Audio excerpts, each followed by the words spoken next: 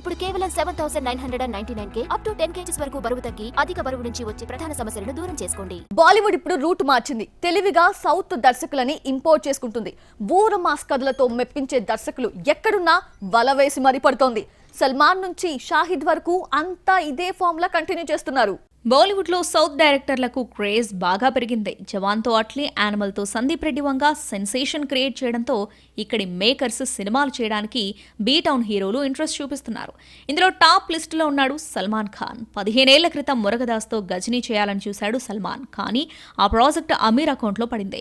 అయినా మురగదాస్ మాత్రం సల్మాన్తో సినిమా చేయాలని ప్రయత్నిస్తూనే వచ్చాడు. 5 ఏళ్ల క్రితం ఓ కథ చెబితే సల్మాన్కు నచ్చలేదు. ఆ ప్రాజెక్టు సెట్ కాలేదు. కానీ తనతో సినిమా చేయాలనుకుంటున్న మురగదాస్కు మరో నరేషన్ ఇచ్చే ఛాన్స్ ఇచ్చాడు. ఈసారి భాయ్జాన్ కు కథ నచ్చింది. సినిమా సెట్ అయింది. సికిందర్ టైటిల్తో జూన్లో షూటింగ్ మొదలు కాబోతుంది. విక్రమ్తో అపరిచితుడు తీసి బ్లాక్ బస్టర్ కొట్టాడు శంకర్. ఇదే ప్రాజెక్ట్ ని రణ్వీర్తో హిందీలో రీమేక్ చేస్తానని అనౌన్స్ చేశాడు. కానీ ఇప్పటి వరకు సెట్స్ పైకి వెళ్లలేదు. ప్రజెంట్ ఇండియన్ 2 గేమ్ చేంజర్ తో బిజీగా ఉన్న శంకర్ త్వరలో వాటిని ఆడియన్స్ ముందుకు తీసుకురాబోతున్నాడు. వీటి తర్వాత రణ్వీర్తో అన్నియన్ రీమేక్ చేసే ఛాన్స్ ఉంటాయి. హనుమాన్తో హిట్ కొట్టిన ప్రశాంత్ వర్మ కూడా రణ్వీర్ సింగ్ తో మూవీ చేయబోతున్నాడు. వచ్చే ఏడాది ఈ ప్రాజెక్టు పట్టాలెక్కనుంది. కబీర్ సింగ్ జెర్సీతో హిట్ కొట్టిన షాహిద్ కపూర్ ఇప్పుడు మలయాళ దర్శకుడు రోషన్ ఆండ్రూస్ తో దేవా అనే మూవీ చేస్తున్నాడు. యాక్షన్ కంటెంట్ తో వస్తున్న ఈ ప్రాజెక్టులో పూజా హెగ్డే హీరోయిన్. త్వరలో ఈ సినిమా ఆడియన్స్ ముందుకు రానుంది.